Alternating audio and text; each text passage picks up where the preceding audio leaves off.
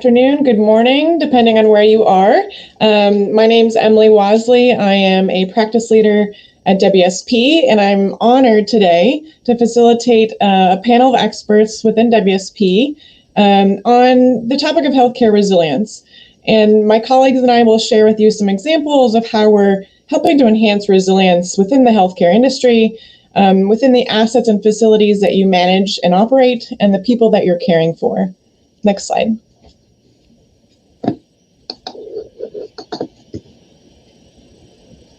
Great. So we're going to do just a quick round of introductions. And Sarah, let's start with you. Sure. I'm Sarah Kuchera, and I oversee the property and buildings business for California. Great. Isaac? Thank you. So this is Isaac Chen. In general, I'm on the CCIE and the CISSP. So I'm a subject matter expert for the network as well as cybersecurity. Thank you. Thanks, Isaac. David? Hi, I'm David Costerno. I'm a mechanical engineer and vice president with WSP based out of Florida. Excellent. Matthew? Hi, I'm Matthew Flannery. I'm the mechanical department head in the San Francisco office for WSP. Excellent. And as I mentioned, I'm a practice leader, and I lead our work on corporate climate risk, adaptation, and resilience. And I'm based out of our San Francisco office, but during COVID times, I'm based out of Oakland, California.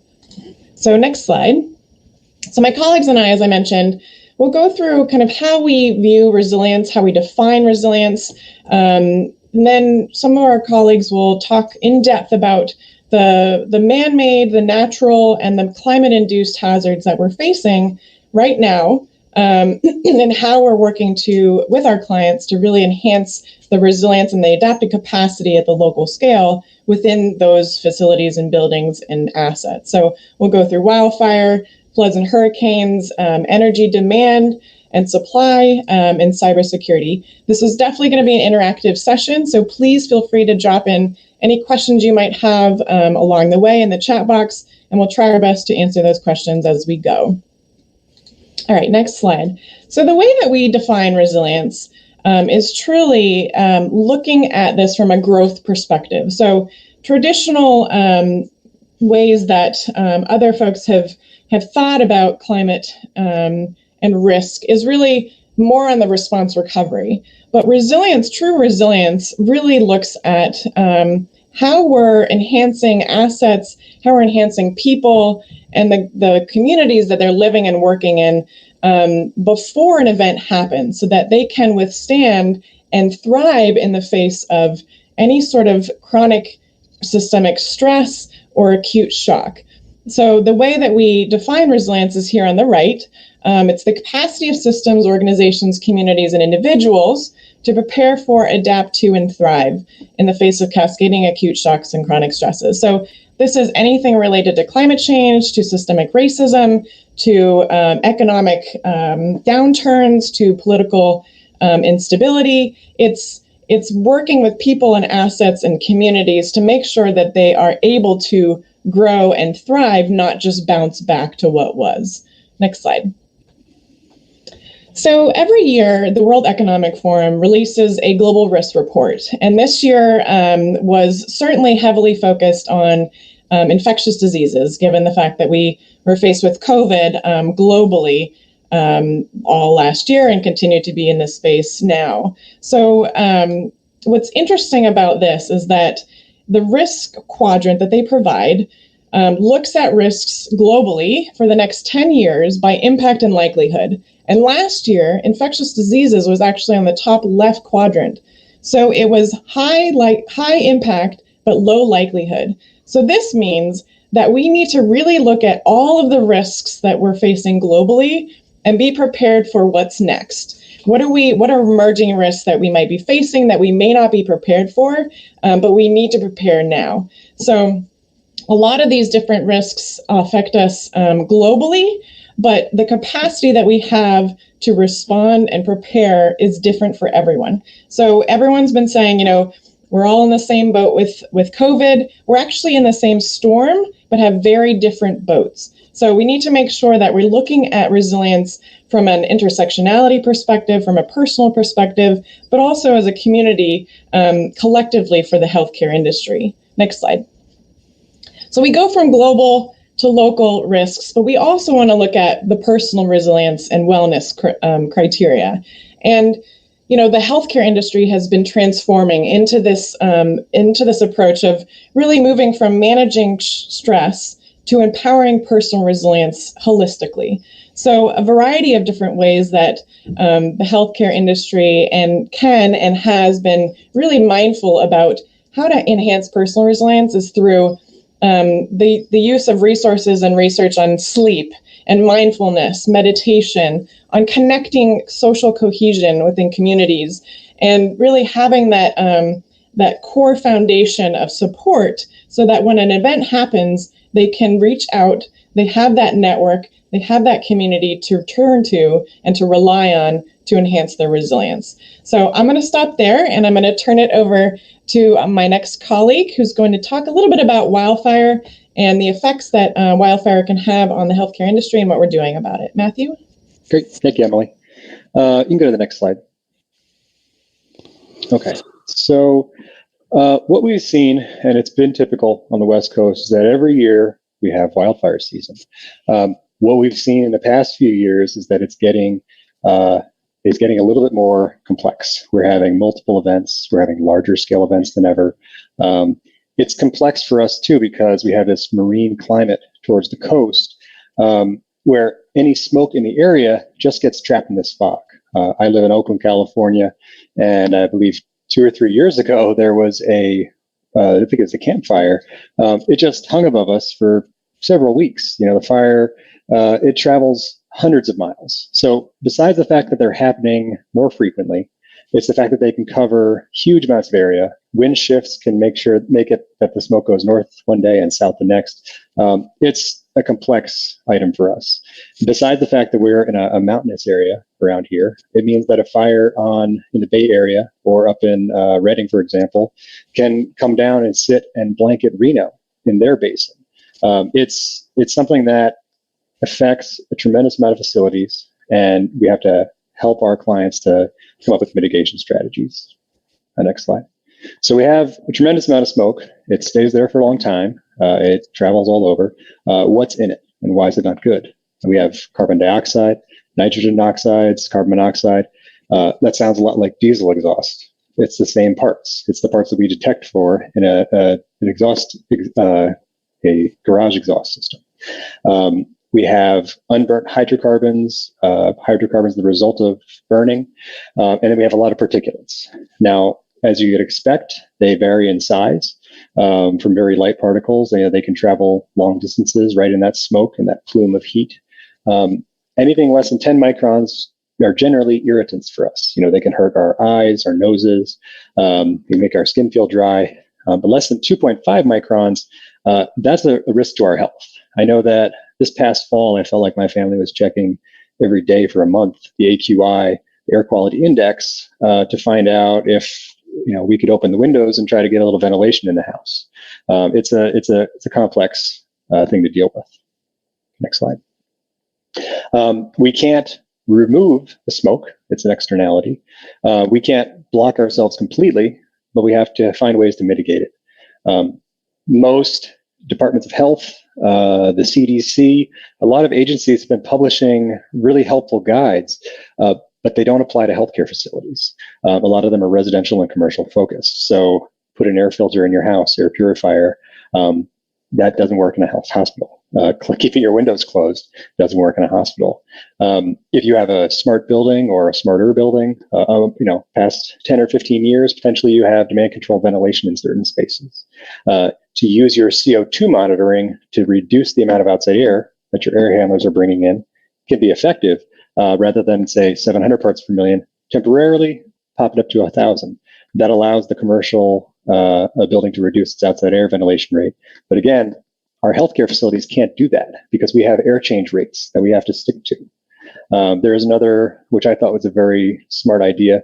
When we get a temporary reprieve in the air quality index, bump your system into economizer temporarily to help flush out the building if there's stagnant air or if we had several days without outside air.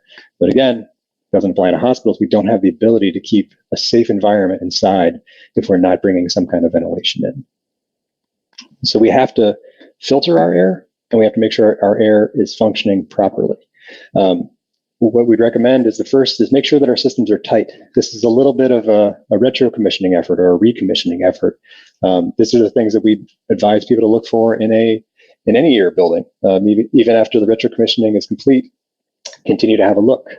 If your dampers are functioning properly, for example, on an air handler, a max air damper should be closed when not an economizer.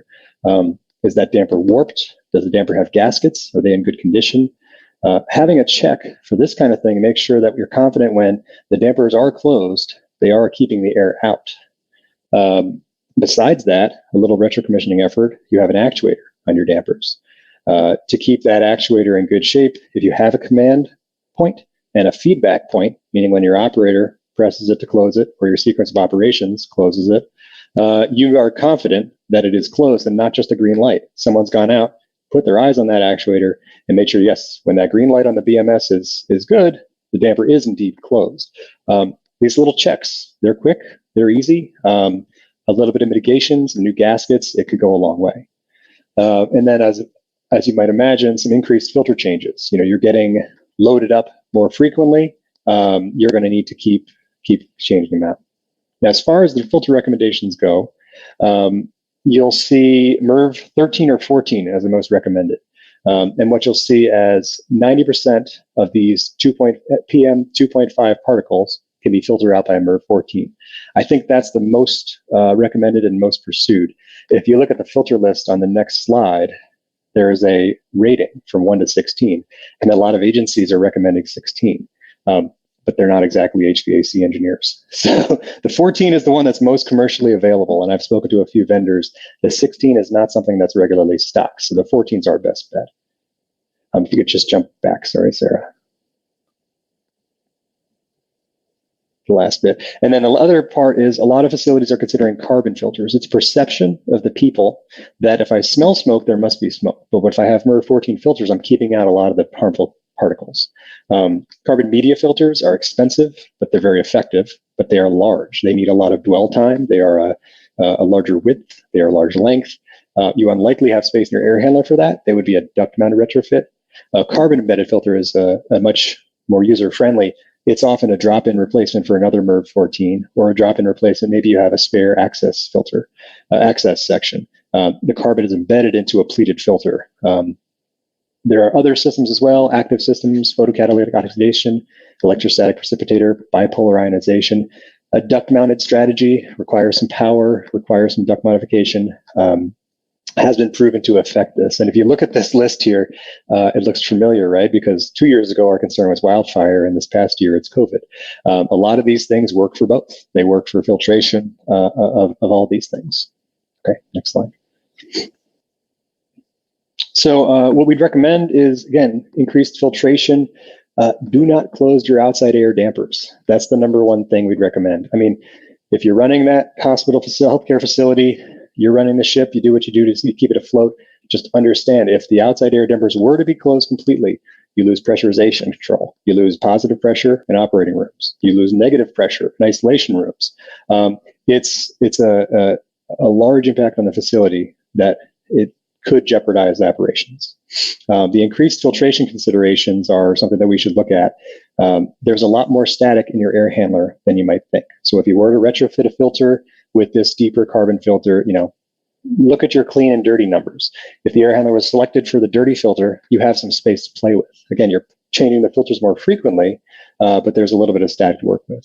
And then alternatively, you can look at some motor upgrades. We've been looking at that for some clients. Generally, a quick thing, pretty cheap. Keep a lot of these things in place, and it can go a long way. Okay. Next up, we're going to cover hurricanes and floods. My colleague David is going to take over for this one. So, thank you, David. Thank you very much. Good afternoon. Okay, hurricanes and floods. Well, hurricane season typically goes from the 1st of June to the 30th of November. And hurricanes don't just affect Florida. They affect all locations on the east coast of America, as well as all of those locations situated around the Gulf of Mexico, because that's typically where the hurricanes come through. Now, the NOAA, which is the National Oceanic and Atmospheric Administration, made a statement that said in a typical year, we have perhaps between 9 and 12 named storms, and approximately 1 to 3 of those become major hurricanes. Now, as you can see from the diagram, last year we had 30 named storms that came in, and they didn't just hit Florida, they hit other coastal locations, as I say, across the Gulf, etc. But the fact that the NOAA says up to 12 named storms and we're at 30, we are way above average at the moment. And that seems to be an upward trend that we're currently seeing. Next slide. The plus side with hurricanes is they don't just happen instantly. We do get a lot of warning, somewhere between 5, 6, 7 days once a storm is formed. It started to be tracked by the NOAA, plus other agencies start to look at where is the storm going, is it forming, where is it coming from. And you can see with the 2 diagrams on the screen, and this was for Hurricane Dorian, which hit in 2019. The diagram on the left is the cone of basically indicates the cone where we believe the storm is going to come through. The one on the right is the spaghetti plots that are actually mathematically calculated tracks that the hurricane may take. So we do get plenty of warning. We get an idea of where it's coming in, albeit the spaghetti plots are not 100% accurate. As you can see, all of the lines coming in, there's only one line there that's correct, which was the track of the storm, which was the one, it's kind of a pink color, just off the east coast of Florida. And that was the actual track of the storm that came in. So whilst it didn't actually hit Florida, we did get a lot of rain and wind on the east coast. Next slide. The plus side to 5, 6, 7 days of notice means that we can get prepared. We've got plenty of time to get prepared, plenty of time to get things put into action. And most of the facilities that we deal with here in Florida, they have contracts for temporary equipment because they know the storm is coming. They get prepared. They have diesel refueling arrangements so that they're not without fuel. They arrange for temporary generators. A lot of the facilities that have multiple campuses will set temporary generators up on all of their campuses just in case, just to make sure that they don't have an outage and don't have any issues with the storm coming through. Next slide. The kicker with hurricanes, with all the wind, we get all of the flooding that comes with it. And the flooding can sometimes be more catastrophic than the wind itself. The Florida Building Code actually covers this quite well. And the 2 diagrams on the right of the screen, the 2 maps, they're for Lee County, which is on the west coast of Florida, just north of Naples. And you can see from those 2 diagrams, they actually indicate different areas where the storm surge and the flooding potential can be higher. You can see the red on the top slide. That's where those areas are where the storm surge will hit quite badly and the flood level will be high. The diagram below actually gives an indication of wind speed that we as designers need to work to make sure that not just the building, but the equipment, all of the parts and pieces, etc., will withstand those wind speeds. Now, the table to the left actually provides an indication of different flood classes. And in Florida, there's 4 different flood classes. For healthcare facilities, we typically look at Class 3 and Class 4. Now, Class 3 for healthcare facilities are basically facilities that do not have surgery or emergency treatment facilities within them. Class 4 are those facilities that do have surgery and emergency facilities. And from this table that is available from the Florida Building Code, it actually provides an indication of the elevation, if you're doing a new building, the elevation of the ground floor above the flood elevation that you need to start building to. And there is a base flood elevation that is provided for all regions across Florida. This is in the building code, but equally each of the jurisdictions have their own base flood elevation, and those base flood elevations have been adjusted to take into consideration the rising sea level that we're currently experiencing through climate change. Typically, for a Class 3, The design flood elevation, which will be the elevation of the lowest floor of the building, is typically +1, and for a class 4, it's +2. Next slide. Now, it's not always possible, especially with existing facilities, to be able to build or to rebuild a ground floor at those elevations. So there are parts and pieces in the marketplace that will overcome this. As you can see, flood barriers is one, and the gentleman standing there in his garage seems to be quite happy and dry on his side of the flood barrier, with possibly 2-3 feet of water on the other side. And also on the right-hand side of this slide, you can also see temporary flood barriers that have been placed around another building just to stop the flood water coming in. And this is actually common practice within Florida. Next slide.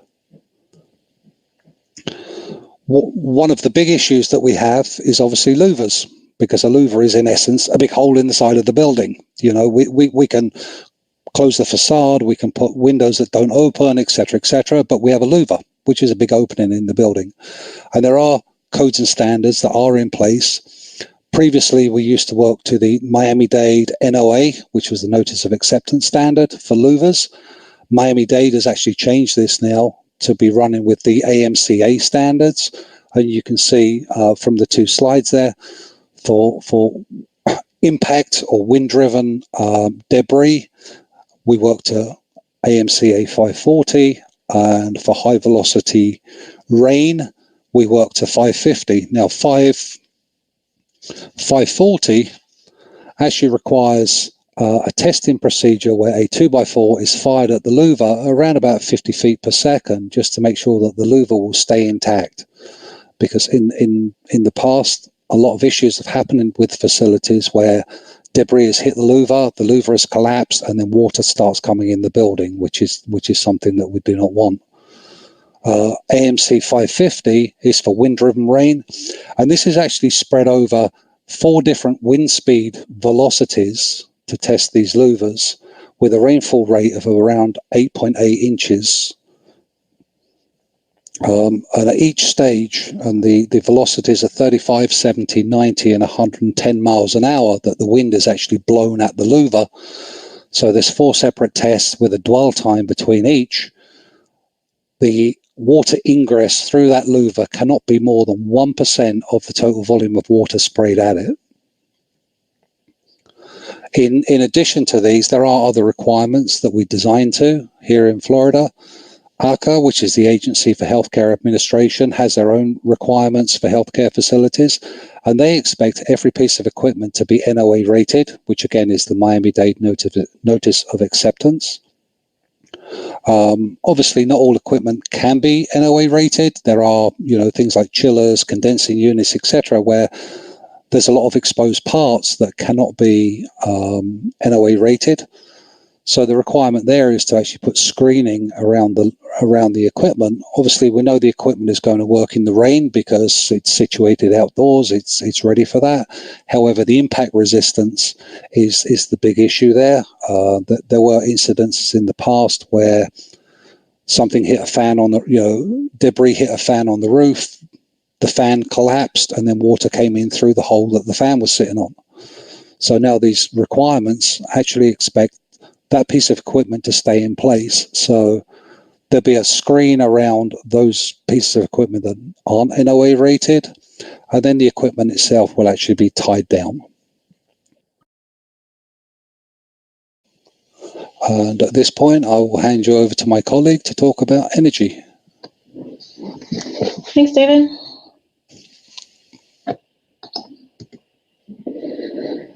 So what we're finding is our reliance on energy is increasing, and it's critical.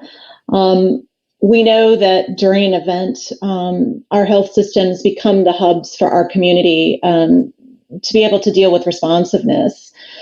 We're also finding that we're increasing our reliance on automation, and that is increasing our dependency on a reliable energy source. We found that, last year, as a health industry, we spent $8.3 billion on energy. So the costs are having a big impact on the operational budgets for our facilities. So things we need to consider, there's a bit of a difference on how we plan for outages or interruptions, whether that's something like David talked about that we know about in advance, or something that is unplanned and kind of hits us by surprise. The strategies that we deploy around curtailment and surge relief, we're finding that we want to find other ways for that investment to work to our benefit. A lot of our standby systems from a power perspective are diesel generators that sit and wait until the moment that they're needed. And so the investment is there unutilized most of the time. When it's unplanned, you need to make sure that it is there on site, it's responsive, and it can address your needs. One of the design techniques that we're seeing more and more is the idea around microgrids and the benefit that those can play to you in your facility. They allow for a lot more flexibility as you think about what you're planning for, or maybe those unplanned responses. It's an investment that you can make that benefits you even when you're not in a threat event. And they can respond to many different types of threats, maybe even more so around mitigating increase in costs and things that will work for you all the time. One of the things we've seen during COVID that's interesting is that as we were working to increase outside air and ventilation rates, the back end effect of that was that we spent a lot more on our energy costs. And so strategies long term about how we balance both of those are really important to our health systems. And how we pay for these and the different options that are available are increasing. For those of you that may be considering making investments to your infrastructure, perhaps taking on a new central plant process or a new central plant build, it's important to think about not just what the energy costs are today, but to think ahead 25 or 50 years down the road. In areas of the country, some places we have lower electrical costs and higher gas costs. Other parts of the country, it's different. And sometimes those things tend to shift. So if you're looking at something like a gas microturbine where you take gas and offset for electric, or the opposite for something like a heat pump chiller, it's important to understand that strategy for equipment as it relates to the energy costs that you have, not just today, but tomorrow.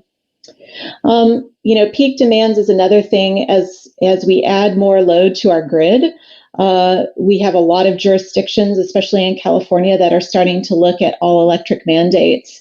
So that's going to put additional strain on our grid and our infrastructure. So the opportunity to shave off at peaks and looking at strategies around thermal storage, perhaps batteries or other microturbines, is important as we think through how best to plan and mitigate those costs. I'm going to hand it over to Isaac, and he can share a little bit about cybersecurity. Thank you so much. We got an opportunity to share this as some of more of the concept here. So far, we learned about the wildfire, air quality, the hurricane and the flood, and even COVID. So what's the next? So what's the matter for the medical facility cybersecurity? What does that mean? Or to your hospital operation?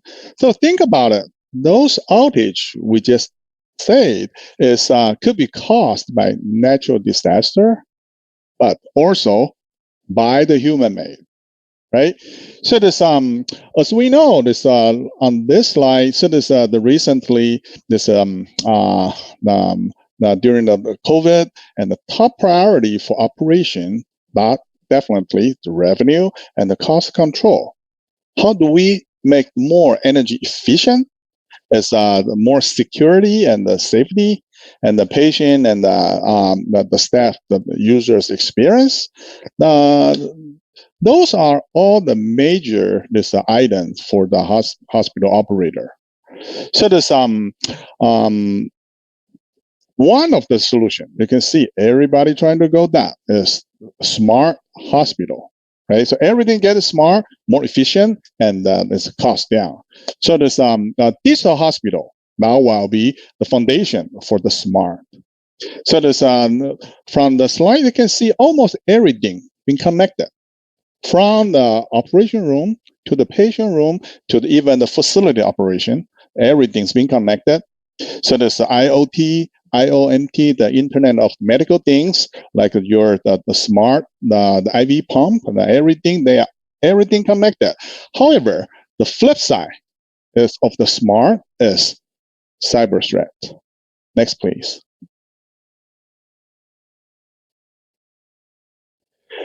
So from here, you can see this the water.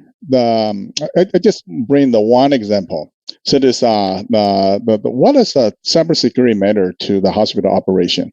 So we know this the water is critical for the human. The water is critical for the hospital operation, right? So we definitely need this the water for like the dialysis system, for radiology, for the surgery, or for pharmacy or lab to keep the hospital operation. So this now if you have any the water treatment system, or if you have even the emergency the water tank or the water system, so this us the CDC the guideline for those water tank and the treatment system. So this we know that recently there is the well-known is water treatment system attack in the Osmar, Florida. So Osmar just a few miles away to the Tampa.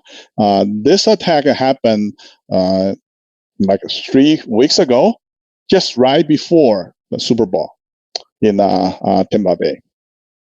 So this the hacker hacked into the water treatment system, and then they turned to the treatment the dosage for the sodium hydroxide to the maximum. This unfortunately this being processed, but it's being stopped by the operation. However, we know that's just a typical threat because people can hack into your water treatment system. The same thing could be happen for your medical gas or even to your NPR. The only difference here is they use different control protocols like BACnet, like a Modbus, or even like a ProfitNet. Next, please. So in this slide, this is people feel familiar this in the past years because active pressure room or the air, so the airborne isolation rooms during the COVID or this for the other kind of disease. So think about it. This is like the Matt mentioned earlier. I think everybody is familiar with this the items.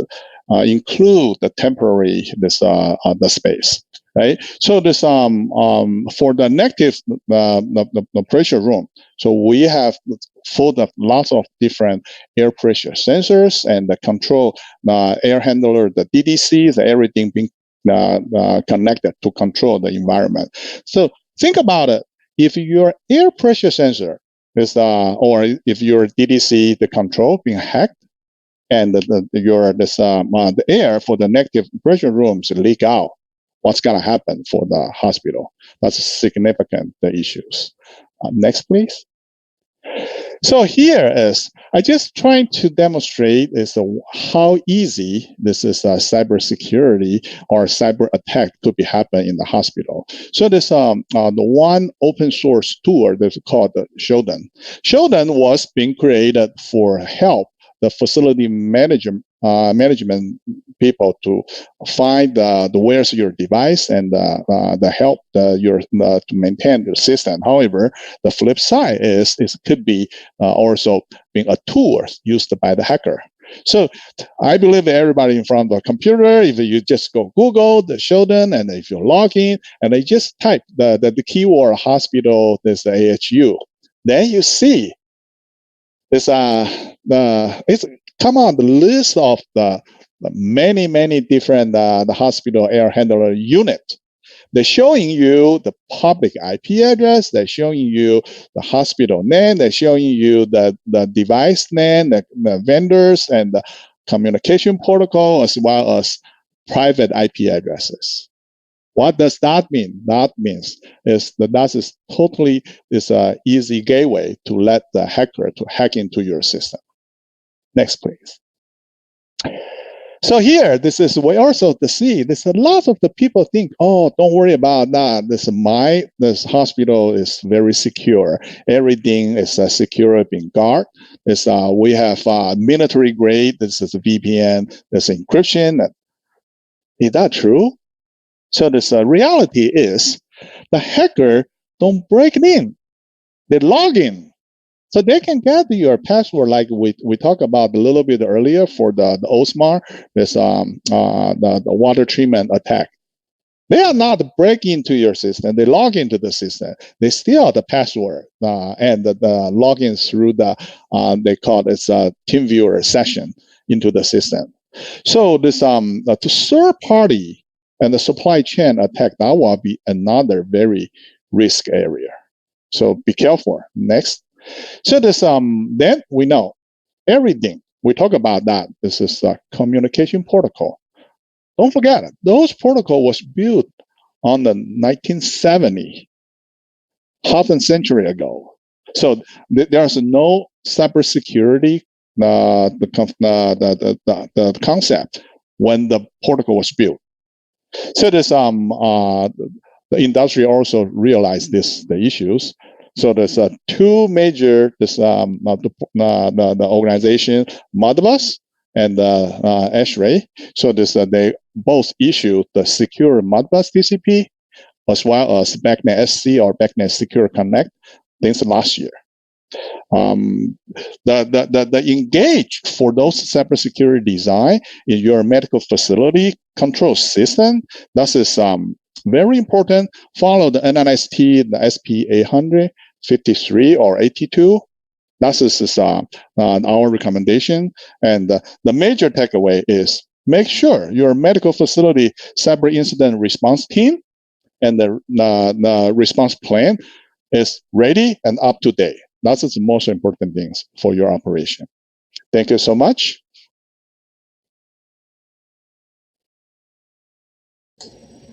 Excellent. Thank you so much, team.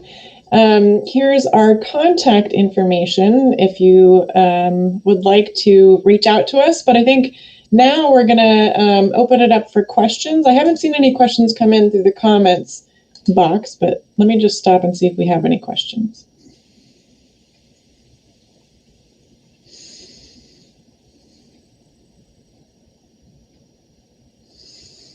Okay, well, while questions are coming through, please put your comments and questions in the comment box, but let me ask the team a question. So let's say a healthcare facility or the industry is facing a variety of these different threats. How do we help them prioritize which threat to address and when? So I'll just open that up to anyone who wants to respond to that. I think that's a challenge, right? Because I think we feel they're all the top priority. So I think that comes along with all pre-planning. I think a lot of facilities are starting to look at master planning a little differently, other than just space planning, is really understanding from an infrastructure perspective, what are the threats that could have the biggest impact. Some of those are geographical. So I think things we see in the West are different than the central or eastern parts of the country. Things like cybersecurity really do touch us all. So I think it's a balancing act that really needs to be sorted out during the pre-planning stages. Yep, I just follow this the Sarah. So this not exactly from my perspective. So Sarah took my word. Technically, we call this is a CIA impact rating. So confidentiality, integrity, and availability impact rating. So we have to define the impact to your operation to build our CONOP or the process for any incident. If any outage happen, what kind of impact to your operation? Then we put the plan. So that is the very first step. Great, thanks, Isaac. think I would add just, work that we've been doing with a variety of our different companies and industries around climate change that can be addressed to any sort of systemic challenge or threat that the healthcare industry is facing are around interactive tabletop exercises and really leveraging that capability to test out threats that you may not have been faced with yet or that are emerging or another region had faced and you're kind of worried that it could affect you. Those are really effective ways to not only communicate the threat, but also to work collaboratively to think about solutions and really work to prioritize those solutions and see which areas or investments could really hit the co-benefits of addressing all the risks that you want to address. Yeah, I agree. And I think the situations are becoming more complex. I think this last year has stressed our systems, right? With the kind of rapid fire nature that these things are hitting our health facilities, and they really are at the core of our support for community. We need to make sure that our systems are robust and able to respond regardless of what the threat is. And when it came in the form of a pandemic, just again, something a lot of facilities plan for, but now you're executing that on top of extreme weather events, the cold and ice and things in Texas, just in the last couple of weeks has stressed those systems, and the wildfires, as Matt had talked to, and then, the 30 named storms. I think, 2020 and 2021 is really a reminder of the importance of how our facilities really prepare themselves to be ready for these. Yeah, and it's super complex and it's hard. It's really, really hard. And, breaking it down into kind of the so what can be really effective so that it seems a little bit more manageable. Thanks, Sarah. David or Matthew, do you have any insights or stories you want to share about the work that you've been engaged in thus far? I think from my side, the upside, I think, with floods and hurricanes, etc., is that we know they're coming. The codes are in place. We design to those codes. We take all of those pieces into consideration when we're actually designing or retrofitting a building, etc. I think the unknowns are cybersecurity, because nobody knows where that's coming from or when it's going to hit you. So that is probably one of the biggest unknowns. And also things like wildfires, etc., because again, it's not an annual occurrence. Here in Florida, we know every year between the 1st of June and the 30th of November, we're going to get hurricanes. Some are going to hit us, some aren't going to hit us, but that's hurricane season. And not being complacent about it, but we know it's going to happen. We design to it. The other pieces are, who knows when it's going to happen. Mm-hmm. So that's a much more difficult thing to, I think, design to and actually take into consideration, and probably needs a lot more thought in terms of the systems that are being put together so that they are resilient to that. Yeah, and it's for something like on our coast, the wildfire season happens every fall, kind of like hurricane season. We don't know exactly when, exactly where, the magnitude, but we can make a plan. And I think a quick evaluation, it doesn't have to be, we could do a study for $10,000 or $100,000. It's this level of how much we want to dig into something. How much do you want to have a look? A brief look at all the systems is better than no look at all. A more in-depth look at systems allows you to really prioritize and execute what you need to do. To get an understanding of, for my topic, filtration. It doesn't take a lot of effort. A quick survey of everything to see what can be done, and then allow you to do some low cost, no cost upgrades to make sure things are working properly, while at the same time keeping your mind on the long distance items like cybersecurity that could require a comprehensive network upgrade. That's a little out of my expertise, but we always try to see what are the low cost, no cost things we could do quickly while keeping our eye on long-term planning of these big events like cybersecurity. Right. So the last word, so there's a recommendation for we being engaged in lots of the CONOPS. So all the disaster and human-made, this is the incidents, they pretty well to cover, but it's a time to update your CONOP with the cyber. So this is my last one. Thank you. Great. Thank you, Isaac. Well, again, thank you so much for joining us today. Thank you to our panelists. This was such an honor again to join my colleagues across the U.S. To really talk about what resilience means for us, and hope you enjoyed it as well.